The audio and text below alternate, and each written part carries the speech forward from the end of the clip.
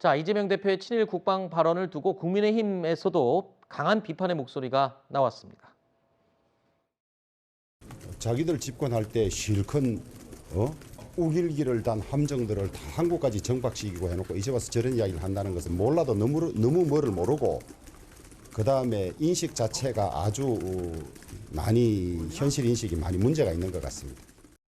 이재명 대표님께 묻습니다. 핵무기를 개발한 게 누구입니까? 우리의 중요시설을 겨냥했다고 직접 위협한 게 누구입니까? 한반도에 우길기가 걸릴 수 있다고 말씀하셨는데 그럼 인공기는 걸려도 괜찮다는 말씀입니까? 이재명 대표의 역사 의식과 안보관이 연일 하정과를 치고 있습니다. 자, 한미일 연합훈련을 두고 여야가 정치권에서 지금 프레임 공방을 벌이고 있습니다.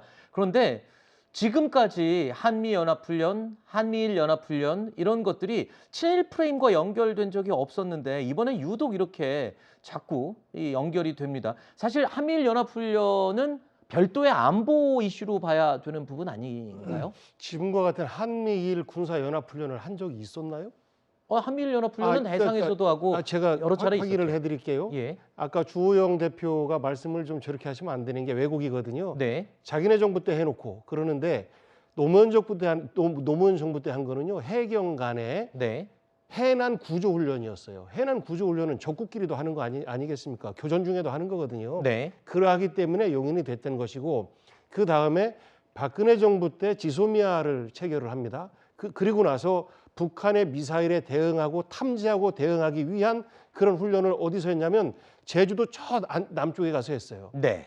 그런데 그런 훈련과 지금 이 훈련은 차원이 다른 것이다. 지금까지 우리나라가 대한민국이 건국된 이후로 일본을 경계했던 이유는 아무리 일본 너희들이 우리에게 우호적인 메시지를 보낸다 하더라도 네. 너희는 우리 나라를 빼앗고 우리 민족을 말살하려 했던 나라기 때문에 네. 못 믿는다라는 거였어요. 아하. 그런데 그러하기 때문에 보수 정권이든 진보 정권이든 일본과의 군사 협력은 안 한다. 더더군다나 동맹은 없다라고 우리가 그동안 우리 안보의 가장 중요한 기조로 유지해왔던 것인데 네. 이번에서 처음으로 이제 방어훈련이지만 군사훈련을 같이 한다라는 것 때문에 우길기를 든 군함이 우리 대한민국에 들어왔을 경우에 과연 이것을 우리가 받아들여야 되는가? 저는 이것에 대한 우리 어떤 그 국민적인 합의의 시작을 지금부터 열어갈 때 아닌가 싶어요. 네.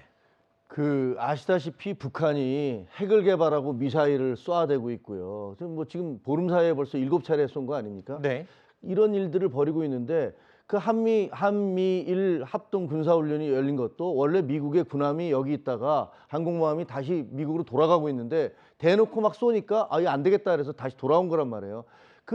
그 훈련이 열린 장소는 독도로부터 185km가 떨어져 있었고 일본 본토로부터 120km가 떨어져 있었습니다.